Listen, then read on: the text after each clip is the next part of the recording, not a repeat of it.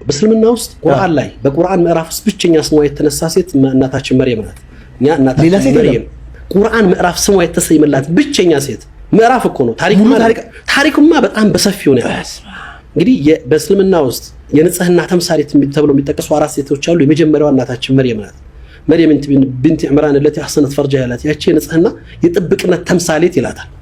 ብጽዕ ናት፣ ቅድስት ናት፣ ክብርት ናት፣ የተመረጠች ሴት ናት፣ ከዓለማት የተመረጠች ነች ይላታል ቁርአን ላይ። በዛ ልክ የተመረጠች፣ በዛ ልክ የተቀደሰች፣ በዛ ልክ ክብር የተሰጣት ሴት ናት እናታችን መርየም አለይሂ ሰላም። ሰላምና እዝነት በሷ ላይ ወረደና ማርያምን የሚያወግዙ ይጠላት። ይሄ ያላወቀ የሰውነትን ልክ ያልተረዳ ብቻ ነው ያንን ቁርአን ውስጥ ከ14 ጊዜ በላይ ነው ስሟ የተነሳው።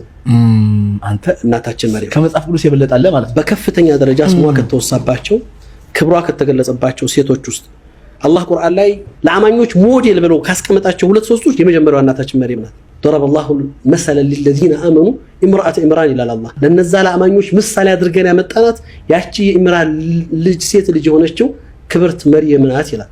ለምን ነው የከበሯት? የቅድስና ተምሳሌት ናት። እንግዲህ አላህ Subhanahu Wa Ta'ala መርጧት ፈተና ውስጥ እንድታልፍ አድርጓት አላህ Subhanahu Wa Ta'ala መልእክተኛ ነብዩላህ ኢሳ አለይሂ ሰላም ልክ እንደዚሁ በነብይነታቸው ነው የምናምነው።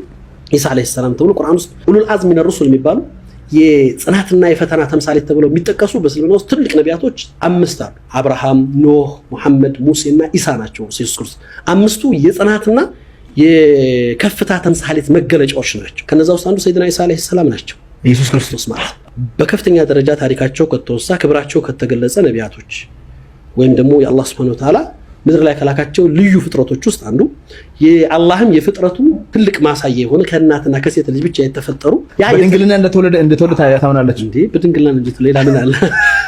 ይሄው ነው ያው ያን ያወገዙት አይሁዶች ናቸው። እዛ ነው ዛሬ ኢየሱስን ገድለውታል የሚባሉትን አይሁዶች የኛ ናቸው ብሎ ደግፎ ኢየሱስ የኛ ነው የሚሉትን ጠላት አድርጎ ከማየት የበለጠ የሚዛን መዛባት አለ ብዬ አላስብም። የእውቀት መቀንጨር ነው ብዬ አስባለሁ። ይሄ አለመንቃት፣ አለማወቅና ደግሞ ባላወቅነው ነገር ላይ ራሳችንን እንዳዋቂ አድርገን መነሳታችን ዋጋ ያስከፈለን ይመስለኛል። የመካከለኛው ምስራቅ ለሁላችንም ለሙስሊሙ፣ ለክርስቲያኑ፣ ለአይሁድ ሁሉም እንግዲህ የተስፋይቱ ምድር ናት። ትልቋ መሰረት የተጣለባት የነቢያቶች ምድር ናት። ነቢያቶች ሁሉ ኦልሞስት ኦል በሚባል አብዛኛው የወጡት ከዛች ምድር ከዛ ጂኦግራፊካል ፖዚሽኑ ከዛ ሪሊ መካከለኛ ምስራቅ ነው። አንተ ከሳይቤሪያ የተላከ ነብይ የለም፣ ከላቲን አሜሪካ የመጣ ነብይ የለም፣ ከአፍሪካ የመጣ ነብይ የለም። ነቢያቱ ሁሉ የመጣው ከመካከለኛ ምስራቅ ነው። በእስልምና በክርስቲያና ሁሉ ባይሁዱ እስቲ እዚህ ቦታ ላይ በል ሶሪያ ነው፣ ኢራቅ ነው፣ ፍልስጤም ምድር፣ ሳኡዲ ነው። ይሄው እርሱ ሄደው ያውቃሉ? አይቻለሁ። ቤተልሔም አልሄድኩም። እኔ ቤተልሔም ነፃ ስትወጣ ብቻ ነው የምሄደው። ተጋብዣለሁ ግን አልሄድም። ያን ጊዜ ነፃ ከወረራ ከቅኝ ግዛት ነፃ ግን አሁን እንዴት ነው የእስራኤል ጉልበት ደግሞ በቃ እንዳይመስልህ ኢራንን ጥሩ እኔ የኢራን የምናምን ጉዳይ ሳይሆን ተፈጥሯዊ ሚዛን አለ። ሁልጊዜ ግፍ እድሜው አጭር ነው። ምንም ኃይል ቢኖርህ ምንም አቅም ቢኖርህ አሜሪካን ያለምን ኃይል ይዛ ገብታ ነው አፍጋኒስታን ላይ 20 ዓመት ተሸንፋ የወጣችው። ሩሲያ አፍጋኒስታን ላይ ገብቷል በ1980ዎቹ መጨረሻ ላይ 89 ላይ ሩሲያን የሚያክል ሀገር ለዛውም ዛሬ ባለችው ሩሲያ አይደለም ሶቪየት በነበረበት ዘመን በደል ነውና የሰው ሀገር ወረው ነውና ተሸንፈው ነው 1989 ላይ በሽንፈታቸው አምነው የወጡት። እና አሜሪካ ቪየትናም ላይ ተሸንፈው ነው የወጡት፣ አሸንፈው አይደለም የወጡት። ይሄ የተከልከው መስመር ግፍና በደል እስከሆነ ድረስ ትከፍለዋለህ። እነሱ ግን የእግዚአብሔር ኃይል ከኛ ጋር አለ የሚሉት እንግዲህ እሱ እኮ ነው። አሁን እሱንም የምናይበት እንግዲህ መለያ የሆነ ነገር ይኖረናል። አንድ ሁልጊዜ አንድ ነገር ቢያንስ መነሻው እውነት መሆን መቻል አለበት።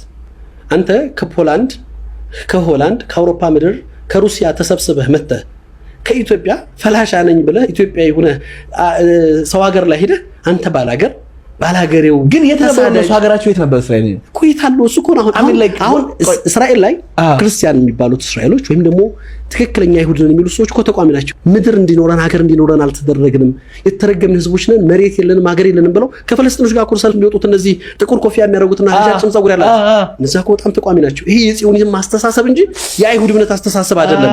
እኛ የተረግመና በሰራነው ጥፋት ተሰደናል፣ ምድር የለንም፣ ሀገር የለንም።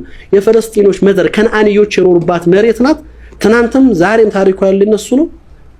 ዛሬ ያለችው አገሪቱን ከመሰረቱት እንግዲህ ትልልቅ ከሚባሉት የእስራኤል መሪዎች ውስጥ ታሪካቸውን ስትመለከት እዛች ምድር ላይ ሲገቡ በፍልስጤም ፓስፖርት ነበር የገቡት። የፍልስጤም ፓስፖርት ይዘው ገብተው ነው እንግዲህ ሀያሏን እስራኤል ዛሬ ዓለም ላይ አሁን ጎልደን ማየር የምትባለው መሪያቸው ጠቅላይ ሚኒስትራቸው አንዷ የነጻነት ታጋይ ተምሳሌት ከነበሩት የፍልስጤም ፓስፖርት ነው ነበር። ይሄ በጣም ሩቅ ነው። ቆይ ጥያቄ ግን ምንድነው እነዚህ ሰዎች ከግብጽ የወጡት እስራኤላውያን አይደሉም ነው የሚሉት እርሶ?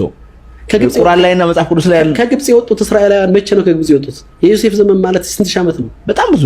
ያ አንተ ዛሬ አሁን ትናንትና ኢትዮጵያና ኤርትራ ለዘመናት አብረው የሆኑ አገራቶች ይሄ የኔ ሀገር አይደለም ብሎ እኮ ተለይቷል።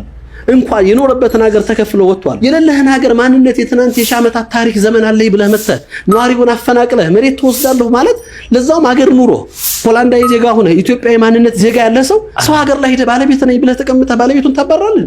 በየትኛው የዓለም ህግና ፍትህ ነው ይሄ ያለው? ሊሆን የሚችል ነገር እኮ አይደለም።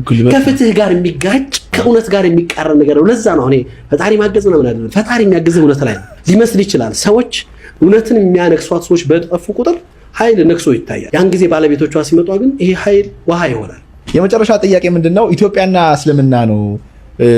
በጣም የሚገርም ኢትዮጵያ በእስልምና ሁለተኛዋ ቅድስት ሀገር ናት ይባላል እና ነብዩ መሐመድ ከዝኖቻቸው ምናምን ወደዚህ ልከው ተቀብለው የሚባል ታሪክ አለ፣ ትልቅ ታሪክ አለ።